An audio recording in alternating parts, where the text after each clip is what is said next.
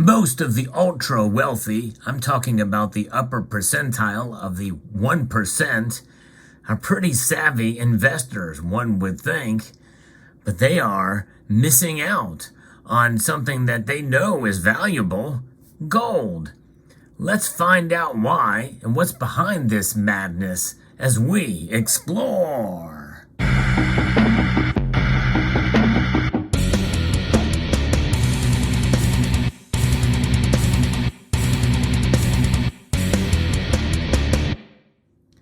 A member of the community shared with me an article from MarketWatch about a survey that Goldman Sachs has done about what the really rich are doing with their money right now at this point in time. You know, when it comes to investing, most people don't think in terms of thousands of dollars, tens of thousands, or even millions. They think in hundreds of millions or even billions of dollars. That's kind of what I'm talking about, the level of wealth that we're dealing with. You know, this type of people, they have earned their money, and it's not easy to do, and it's also not easy in some ways to keep their money. But this report's going to show us some pretty surprising information and some surprising data as well, too, with the understanding that even if you aren't a stacker, per se, of gold, well, you know it's valuable, and you probably have learned a little bit about monetary history and why gold is valuable. Anyways, some of these people are so rich, they've set up a private company, essentially known as family office, as a quote unquote, to manage all of the loot. And now Goldman Sachs, one of the bankers to the elite, have lifted the lid a little to give the rest of us a peek into what the super rich are doing with all of their money. And Goldman has just published its findings after talking to 166 of these family offices. More than 90% are handling over $500 million. Nearly 3/4 have more than $1 billion. Just over half of them are in the United States, and the rest of them mostly scattered across Europe and Asia. And that's the important thing. So it's not just Western investors we're looking at, European, Asian investors as well. And if you enjoy videos like this, where I talk about interesting stories about precious metals and what people are doing or not doing with them, and the news of the day with regards to gold and silver, I hope you will consider pressing that thumbs up button down below and sharing this video with others. And I hope you will consider subscribing to the channel if you haven't done so already. Because I like to talk about precious metals, and I like to talk about, fiscal responsibility, and talk about what people are thinking and how they're handling and what their reaction is to precious metals from outside of our little universe here. Our community of gold and silver stackers, which I think is one of the best communities out there in this space. So what was found with this survey that Goldman Sachs did? Well, bluntly, essentially that the rest of us who are not the super rich can probably do a whole lot better with a whole lot less money. Turns out the rich are still suckers for complicated, overpriced, mediocre investment products that they can brag about on the golf course: hedge funds, private equity funds, venture capital funds, and so-called alternative. But one alternative you really want to own over the last 2 years was the one that they pretty much missed completely, namely commodities in general, and gold in particular. A third of these tycoons are blowing some of their money on so-called digital assets, meaning cryptocurrencies like Bitcoin, non-fungible tokens, and other electronic baloney. Meanwhile, they have been selling, not buying stocks, even though most of them claim to be thinking of investing over the super long term and their multi-generational family wealth. Now that I can kind of understand, because there's a lot of nervousness in the markets, and that's kind of why we're seeing the kind of a wild ride one way or the other with some of these stocks these days. So what about these alternatives? According to the Goldman survey, family offices hold a staggering 44% of their money in these things. This includes private equity funds, private real estate and infrastructure funds, hedge funds, and private credit funds. That has barely changed from the first Goldman report over 2 years ago, when this figure was 45%. These things should be viewed as luxury goods, essentially not really investments. Reoccurrent data shows that hedge funds typically do worse than a simple low-cost portfolio over time. How could it be otherwise? The high fees make it almost impossible for investors to win. In the past 5 years, according to data provider HFRI, the average investor in hedge funds has earned a total of 17%, not per year, but in total. You could have done almost as well with absolutely no risk at all by just holding your money in inflation-protected U.S. Treasury bonds. The Vanguard Inflation Protected Securities Fund has earned 15.6 over the same 5-year span, which does beat inflation. Meanwhile, a global stock market fund such as Vanguard Total World Stock would have made you 37%, and the SPDR S&P 500 ETF, 64%. By definition, any hedge fund manager who generally knows how to beat the market by a wide margin year after year doesn't need to cut you in. The legendary Renaissance technology has dumped all of its outside investors years ago. Today's top alchemist private equity managers are mostly good at making themselves rich rather than anyone else, which is, of course, has been the case with alchemists going back to the Middle Ages. The best argument for so-called alternatives is to reduce portfolio volatility. Yes, that's a kind of a no-brainer. You want to find things that will ideally zig when both stocks and bonds zag. And over the past 2 years, one set of alternatives would have done just that. You guessed it, commodities. The broad commodities index is up 30% during that time. Gold is up 12%, still beating inflation. And that is something else to consider here, because that's what gold does. Now, notice gold's return is not about, it wasn't this 37% and these other numbers that we mentioned earlier.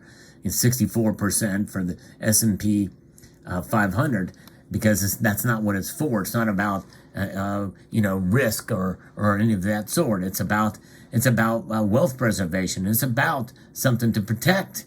It's an alternative way as a savings account, as an insurance policy. And you would think that some of these super ultra rich would get it.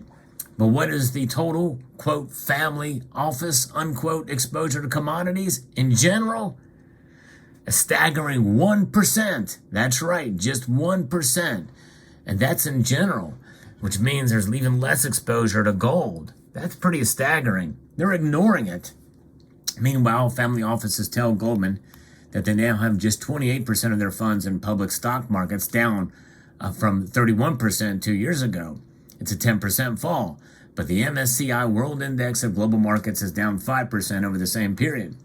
So they have been net sellers as the stock market got bearish, which is the opposite of what you're supposed to do. The irony is that the richer you are, the easier it should be to invest. That's because you can ride out a bear market, even a long-running massive-scale bear market, without risking your milk money. Warren Buffett recommends a portfolio of 90% in a low-cost S&P 500 stock fund and 10% in Treasury bills. Think and a global alternative would be 90% in the Vanguard Total Stock Index Fund instead of the S&P 500. Simple low-cost exposure to things like inflation-protected bonds, gold commodities, or even a global commodity stocks are freely available. That's right. And the article ends here, or you can waste a ton of money. Your call. Well, I'll tell you what. I don't know about you, but I'm not rich, and much less super rich. But I've managed to be able to accumulate some gold here, and in the physical form, especially here. That's to me, that is the best way to protect yourself, is without any other risk other than yourself. That's single-party risk instead of counterparty risk. And there is risk involved in anything in life, including accumulating precious metals. You have the risk by the way of the premiums that you pay for these pieces. And, this is obviously a collector piece that's really dinged up there. I did a video on that earlier. Thankfully, I did get a credit back voucher that expires in 3 months from JM Bullion. But nonetheless, you buy some gold as a collector for some of the numismatic potential that could be in the case. But most of the gold you're going to buy is going to be lower premium, and it is going to be just something tied closer to spot price, and you can do that easily with gold and get it much closer to spot price than with silver these days. And really, that's been the case for quite a number of years, unless you buy Eagles, or especially fractional Eagles. But nonetheless, there's low premium gold that you can hold, and you have that risk of the premium you pay that you may not recapture when you go to sell it at any given point in time until spot price catches up to the premium you paid. But nonetheless, it's about having that protection, and you pay that premium for that protection to have it in physical form so that you can indeed be able to benefit as this sort of essentially an insurance policy, a savings vehicle with this amount of gold that you're holding in your possession in order to protect your wealth in times of economic instability. And many people feel that we're at the cusp of a pretty big change in economic conditions, maybe a deep recession. Some have predicted a depression, and gold is going to fare well in both of those, especially as many people feel we're already kind of teetering into a recession at this point. It's really hard to tell. It's hard to know.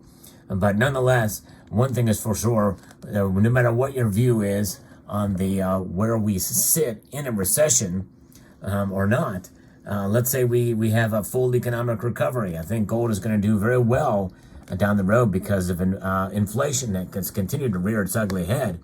And by the way, what does it mean to have high inflation, higher than expected inflation, and a strong economy? You know, that do not rule something like that out, folks. And I say that in spite of some of the policies that our politicians are engaged in, which will do more to should hurt the economy. But as was once said by the great Rush Limbaugh, if the economy does well, it'll be in spite of these policies. And I'm of the mind that I would much rather see the economy do well no matter what, whoever is in office, no matter what it means, that we can use it as ammunition against the other party in an election cycle. I don't like to see people hurting economically or any other kind of pain. I like to see people prosper, especially if they prosper from their own hard work and ingenuity, utilizing the free market, because it's the free market that's going to essentially save us. And the free market essentially is operating in a way and in a situation in spite of some of the hindrances and roadblocks to it. So therefore, it's just amazing the ingenuity of that we have here in this country, and even so in many of the Western world. You see innovation and products being released in spite of some of the policies that work against that kind of entrepreneurship. So there you have it. We'll see what happens here, but this is one of those cases where do not be like the ultra rich. Do what the central banks do, but not the ultra rich in this case. I would encourage you to have or hold some gold in your possession as a way to offset against the economic instability that we are witnessing or is to come. Hold gold, especially with the volatility of other commodities and assets like silver recently. Silver has been on a very volatile move, and now it's taken a hit to the downside. Will it recover? Very well could. The problem is silver is more volatile than gold. Gold holds its own in the end. And this is one of the reasons why, especially with this latest market activity, well, I feel better about holding more gold. Let me know what your thoughts are in the comment section below. I would like to extend a multitude of gratitude to you all for taking the time to watch, and to encourage you to please rate, share, comment, and subscribe.